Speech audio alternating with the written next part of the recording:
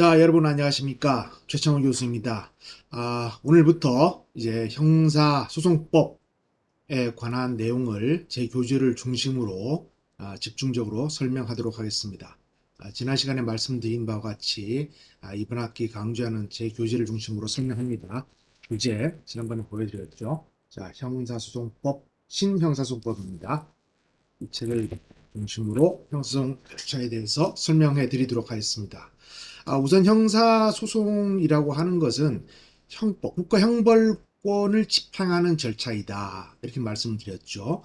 국가형벌권이라는 개념은 사실상 영미계에서는 찾아보기 어려운 그런 개념입니다. 그래서 쉽게 설명하면 형법 관련 법률을 집행하는 절차를 말한다. 이렇게 이해하시면 좋겠고, 개념상으로는 국가형벌권 집행 절차를 규정하는 내용이다. 이렇게 이해하고 계시면 좋겠습니다. 형법은 다르죠. 구속요건에 해당하는 위법 유책한 행위, 그죠? 범죄와 형벌에 관한 그런 내용을 규정하고 있는 형법과 형사소송법은 다르죠. 소송이라고 하는 것은 사실상 기소가 된 다음에 검사가 기소를 한 다음에 그 다음부터 진행되는 절차가 형사소송 절차를 할 수 있습니다. 하지만 그 광의로 볼 때 형사 절차, 형사소송, 광의의 형사소송이라는 것은 수사 단계로부터 수사, 공소의 제기, 공판, 그다음에 형의 선고, 집행 이러한 여러 가지 일련의 절차를 전부 광의 형사소송에 들어간다고 본다면 크리미널 프로시저라는 것은 사실상 형사 절차법이라고 하는 것이 맞겠는데 우리나라 법전에 형사소송법 이렇게 되어 있기 때문에 우선 형사소송법이라는 이름으로 이제 강의를 합니다. 제 교재 3페이지부터 형사소송법의 의 및 법원 이렇게 되어 있습니다. 이제 지난번에 말씀드렸듯이 형사소송법을 공부하려면 사실상 그 헌법에 대한 기초적인 이론을 공부하시는 것이 좋은데 우리나라의 헌법에는 다른 나라와 달리 기본권, 특히 형사 절차에 관한 내용이 상당히 자세하게 규정되어 있습니다. 그것은 무엇을 의미하느냐 하면 우리나라 역사상 우리나라가 인권 침해가 많았다라는 그러한 역사에 대한 반성적 고려에 의해서 헌법 자체에 형사소송에 규정되어 있으면 충분한 내용을 헌법적 차원으로 격상하여 헌법에 규정한 것이 맞습니다. 특히 12조, 13조, 27조 현행헌법은 87년도 제9차 헌법 개정으로 인한 헌법인데 87년 헌법의 12조, 13조, 27조 정도에서 많이 규정하고 있습니다. 보면 그 내용을 잠시 살펴보면 공유해서 보겠습니다. 자, 보여드렸죠? 이 헌법을 보면 헌법 12조 진술거부권이 있다. 헌법에 되어 있고 영장주의,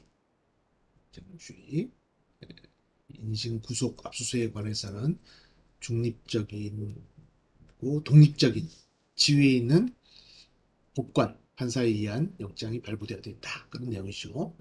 변호인의 조력을 받을 권리, 체포, 구속적부심. 이전에는 구속적부심이었는데 이제 체포적부심으로 체포의 경우에도 적부심할 수 있도록 되어 있죠. 자백 배제 법칙, 이 증거법 분야에 나오는 부분이요. 자백 보강 법칙, 일사부재리 원칙. 그거는 헌법에는 있는데 형소법에는 규정 자체는 없지만 이론상으로 이용되는 거예요. 신속한 재판의 원칙, 무죄 추정의 원칙, 무죄 추정권이라고 주장하는 분도 계시지만 저는 이건 무죄 추정의 원칙이라고 봐야지 권리라고 볼 수는 없지 않겠는가 이렇게 생각합니다. 피해자 진술권, 예, 재판 절차 진술권의 중요한 의미로서의 피해자 진술권, 미수증이라고 하죠. 의혹수집 증거, 배제, 법칙, 원칙 이렇게 말하고 증거 법칙, 보석제도 이런 것들이 헌법 12조, 13조, 27조 오면은 어느 정도 뭐 상당한 부분의 형소법 내용의 상당한 부분이 커버될 수 있다. 자, 이렇게 보시면 됩니다. 그래서 제가 말씀드렸지만 형사소송법을 공부할 때는 헌법 정신을 이해해야 되기 때문에 헌법의 기본권 조항 10조부터 39조 정도까지가 기본권 조항이죠. 기본권.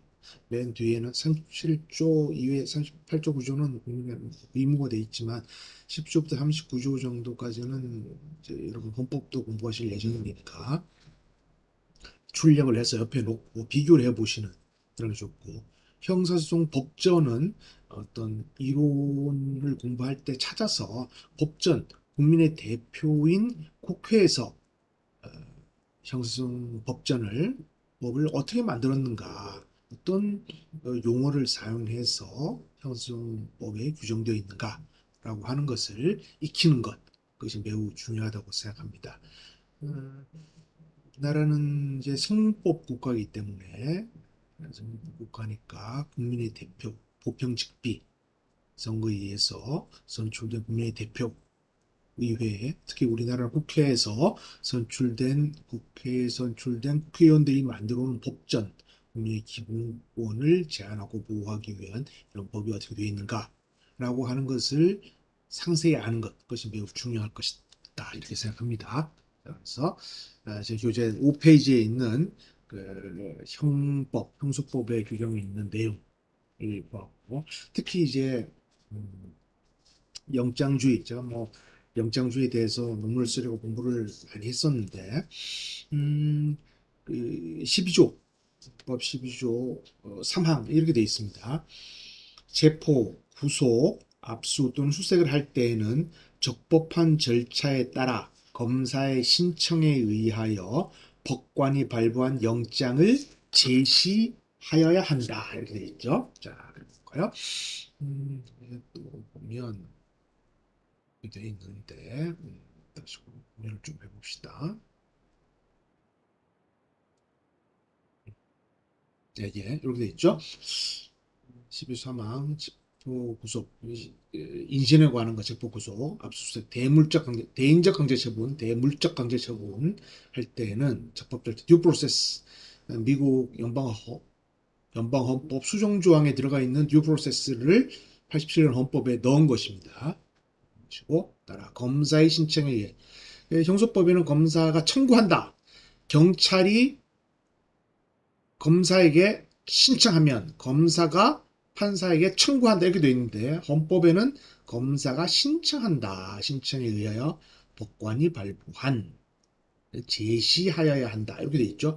이 영장의 제시 굉장히 중요하기 때문에 제 교재에 밑줄을 그어놨는데, 그리고 긴급체포 이런 경우에 현행범 장기 3년 이상의 경우에는 사후에 영장을 청구할 수 있다. 원래 영장 제도인데 영장은 사전 영장이 돼야 되는데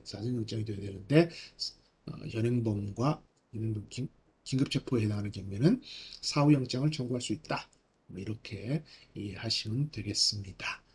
그리고 요 조항 영장 제시에 관련해서 얼마 전에 형소법이 개정됐는데, 형소법 85조 118조에서 사본을 교부하도록, 영장을 제시하는 것뿐만 아니라 사본을 교부하도록 이렇게 형사소송법이 개정되었습니다. 그러니까 여러분 형소법 개정이 된 것은 개정의 취지를 잘 알아야 되겠죠. 그 인신에 관한 대인적 강제 처분인 체포 구속 또는 대물적 강제 처분인 압수수색을 하러 와서 영장을 이렇게 보여줍니다. 이렇게 종이를 이렇게 쓱 보여주고 가면 이게 뭔가 잘 모를 수가 있겠죠. 잘 모를 수가 있는데, 저는 사본을 교부하도록 그렇게 법이 바뀌었습니다. 피의자는 굉장히 좋아졌죠. 사본을 보고 이제 변호인을 선임해서 선임한 다음에 자기의 혐의 사실에 대한 내용을 다툴 수 있는 그런 아주 유리하게 됐습니다. 옛날에 제가 평검사 때 영장을 청구해서 새벽에 압수수색 영장을 청구해서 나갔는데, 이 기자들이 그 영장 발부 대장을 보고 새벽에 그 내용 기사를 써버렸습니다. 기사를 써서 저희 직원이 새벽에 가니까 조간신문을 보고 그 사람들이 증거물을 전부 다 치워버리는 바람에 압수수색에 실패한 그런 경험을 가지고 있습니다. 그래서 그 다음에 또 한 번은 옛날에 사본의 교부가 없을 때 압수수색을 나갔는데 피의자 측이 내용을 다 알고 있는 거예요. 그래서 내용 어떻게 다 알고 있는가? 나중에 보니까 검찰청에 근무하는 여직원, 요새는 실무관이라고 하는데 실무관과 아는 사람이라서 그 영장을 사본을 해서 가지고 있었던 수사가 실패했던 그런 경험이 있습니다. 이와 같이 영장의 제시, 영장의 제시뿐만 아니라 사본의 제시 뭐 이런 것들이 굉장히 중요한 의미를 갖습니다. 이런 것들이 그래서 제가 수사했던 내용도 말씀드렸으니까 이번 법을 공부하실 때 그런 내용을 유념해서 보시기 바랍니다. 그래서 형사정법의 법원은 이제 법원이라 하면 이제 어떤 근거에 의해서 형사 절차가 진행된다 하는 것은 이제 헌법 가장 중요하겠고 형사정법 중요하고 우리나라는 그 재판 절차에 대해서는 대법원 규칙에서 또 정하고 있습니다. 그래서 대법원 규칙의 소송에 관한 절차를 규정하고 있기 때문에 대법원 규칙도 상당히 법원으로서 중요한 역할을 합니다. 제 친구가 로스쿨의 교수로 있는 친구가 그 교과서를 쓰고 나서 서문에 80년도 초에 학교에 다닐 때 형사소송은 역사만 배웠다. 이렇게 기재를 해놨는데 저도 가만히 생각을 해보니까 역사라도 제대로 배웠으면 그죠? 역사도 제대로 못 배운 게 아닌가 하는 생각이 들기도 하는데 형사소송은 그 역사를 아는 것이 중요합니다. 제가 그 미국 헌법을 공부해 보니까 미국 헌법을 공부하는 것은 미국의 역사를 공부하는 것과 같다. 뭐 그런 생각이 듭니다. 이제 그런 생각을 들었는데 우리나라 헌재 결정을 이렇게 보면 인권이 이런 식으로 인권 보장이 강화되어 왔구나 하는 그런 생각을 많이 합니다. 형사소송도 이 역사를 알면 인권 보장이 점점 되어 왔구나 하는 것을 알 수 있는데 처음부터 그 역사만 공부하면 잘 모르는 제도를 모르는 상태에서 역사를 공부하면 조금 재미가 없을 수도 있습니다. 그래서 제가 제도를 설명하면서 해당 부분의 제도를 설명하면서 그 제도가 어떻게 바뀌어 왔다라는 것을 설명하고 개괄적으로는 가장 중요한 것이 1789의 프랑스 혁명이라고 할 수 있습니다. 그 이전에는 교문주의, 중세주의는 교회법이 교황의 권한이 굉장히 강했을 때죠. 그 당시에 뭐 거주의전의 자유가 있었겠습니까? 종교의 자유가 있었겠습니까? 그러다가 절대국가가 되고 왕권이 강화되면서 짐이 곧 국가이다. 왕토 사상으로 모든 재산은 왕의 것이죠. 봉건제도 있을 때는 뭐 봉투를 나눠줘서 봉건 영주들이 왕에게 전쟁이 나면 충성하도록 하는 그런 역사를 가지고 있었는데 그러니까 이제 몽테스키우의 로크의 이권 분립, 몽테스키우의 상권 분립이라서 입법행정 사법 이렇게 나눠 있다고 여러분이 상식적으로 알고 있지 않습니까? 그 사법이 나눠지지 않았기 때문에 우리나라 조선시대를 생각해 보면 과거에 합격한 수령 행정관리들이 재판도 같이 했죠. 그래서 네가 네 죄를 알렸다라고 주리를 마구 틀어서 고신 합법화돼 있었으니까 고신을 해서 고문을 한 다음에 자백을 받으면 지금이야 뭐 고문을 안 하니까 그렇지만 고문을 인간적으로 끝까지 죽음보다도 더 극심한 고통이 있으면 안 한 죄라도 아유 했습니다. 순간적인 고통을 잊기 위해서 그러지 않겠습니까? 그러면 자백을 했으니까 처벌이 되는 그런 상황이 되고 그래서 몽테스키가 입법행정 사법을 나눠야 된다. 상권 분립이다. 지금이야 뭐 상권 분립이라는 것이 뭐 너무나도 당연하게 생각을 하지만 사법이라는 것이 나눠진 것이 얼마 안 됐고, 그래서 프랑스에서는 수사 판사가 있었죠. 수사 판사가 수사를 하는 거죠. 그러다가 이 경찰을 지휘해야 되는데 경찰을 어떻게 지휘할 것이냐.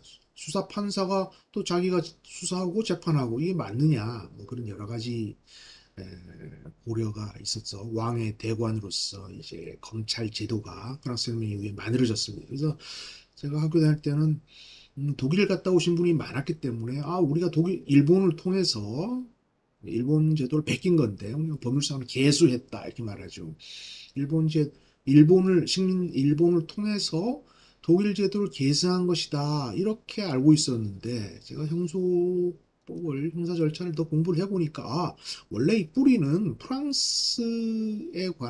프랑스로부터 유래한 것이구나 그런 생각을 가지게 되었습니다. 프랑스 혁명 이후로 1789 이후로 그 제도 왕의 대관으로부터 발생한 그 검찰 제도가 검찰 제도가 탄생했다는 것은 뭘 의미하느냐 하면 규문주의적 형사 절차에서 탄핵주의적 형사 절차로 분리게 된다는 거죠. 이게 자기가 수사도 하고 재판도 하고 그러면 자기가 수사한 것을 맞다고 하겠죠. 맞다고 하겠는데 이제 수사를 제3자가 한다. 제3자가 하는 경우는 어떻게 되겠습니까? 제3자가 하면 다른 사람이 한 것을 수사권과 심판권이 나눠지면 수사를 한 사람이 제대로 했는가 하는 것을 심판하는 사람이 객관적으로 보겠죠.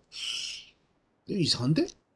이게 뭐 고문을 한 거 아니야? 위법수집 증거가 있는 거 아니야? 이렇게 나누게 되겠죠. 그래서 우리나라는 이제 작년부터 수사권 조정이라고 해서 검찰의 경찰에 대한 수사지휘권을 폐지했는데 저는 이게 형사성 절차로 공부를 좀 한 사람으로서 보면은 적절하지 않은 내용이다. 이게 경찰이 1차 수사를 하고 검찰은 인권보장기관으로서 그것을 스크린해서 정제되도록 만든 다음에 법원으로 보내는 그 작업을 해야 되기 때문에 검찰의 1차 수사권의 행사를 대폭 축소하고 경찰에 대한 수사 지휘를 강화하는 것 그것이 형사 절차의 개혁 방향으로 맞지 않는가 이런 생각을 가지고 있었는데 작년에 수사지휘권을 폐지버렸습니다. 그리고 검찰은 6대 범죄만 수사하도록 이렇게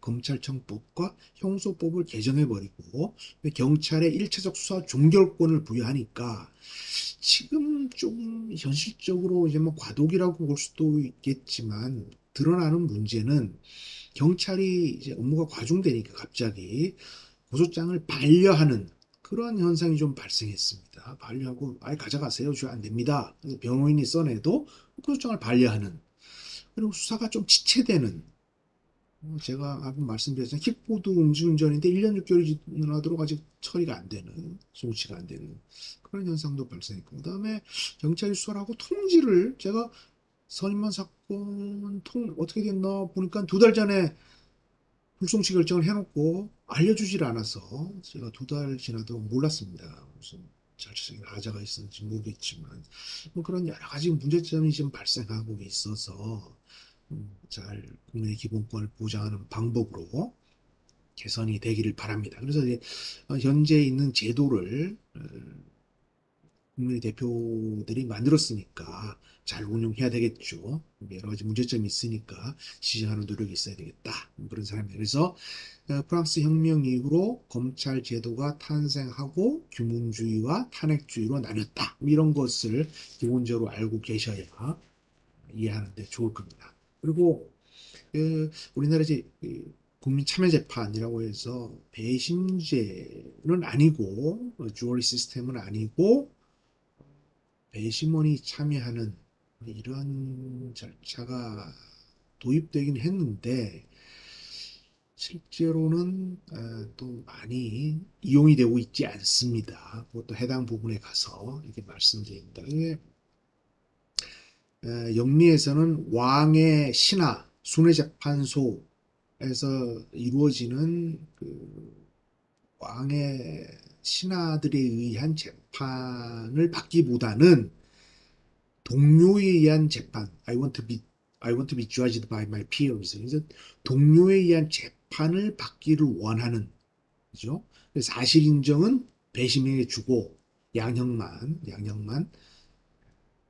뭐, 그러니까 배심원이 결정하는 그러한 사실관계에 기속되어서 판사가 이제 판단을 하는 거죠. 그래서 1심에서 무죄가 나오면 검찰은 항소할 수 없고 하는 그런 배심제도, 영미에서의 배심제도. 그래서 배심제도가 있기 때문에 영미에서는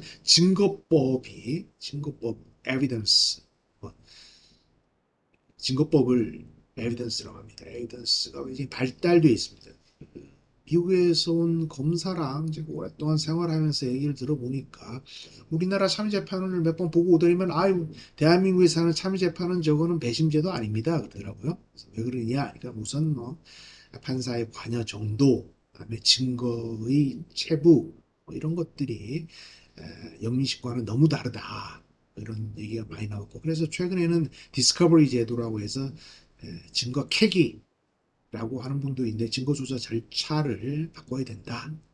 이런 내용도 있습니다. 그러니까 에비던스 증거법에 관해서 영미에서는 형사 절차와 미사 절차가 동일한 것으로 제가 알고 있습니다. 그러니까 또 당사자주의, 직권주의 뭐 이런 내용이 나오는데 당사자주의는 우리나라 민사소송 제도와 유사하다 이렇게 보시면 되고 직권 우리나라 형사 절차는 아직까지도 당사자주의가 많이 들어와 있기는 하지만 그래도 직권주의적 성격이 강하다 이렇게 이해를 하시면 되겠습니다.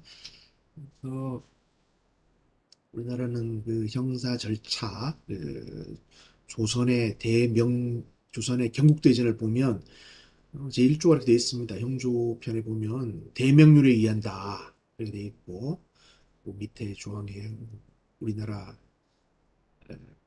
형편에 따라서 달리 할 수 있다 이렇게 규정되어 있을 겁니다.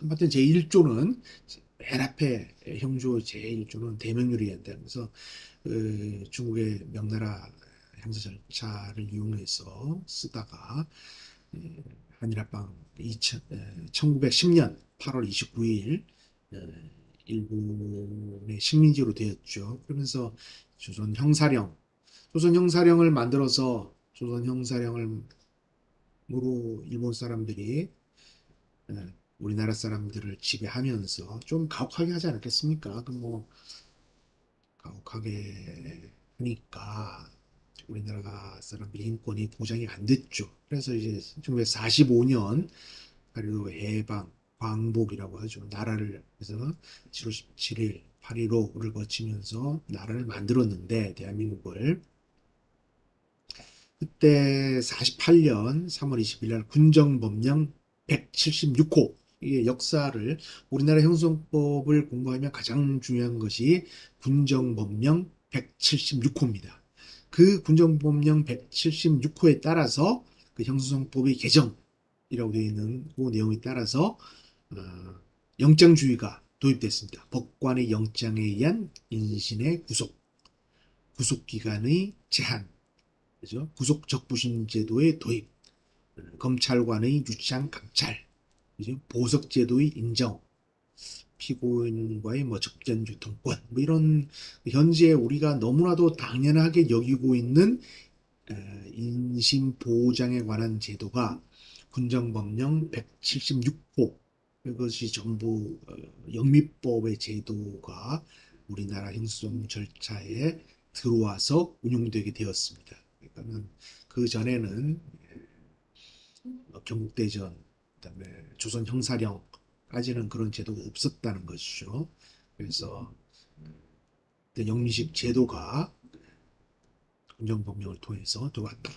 그리고 작년에 형사소송법의 개정을 통해서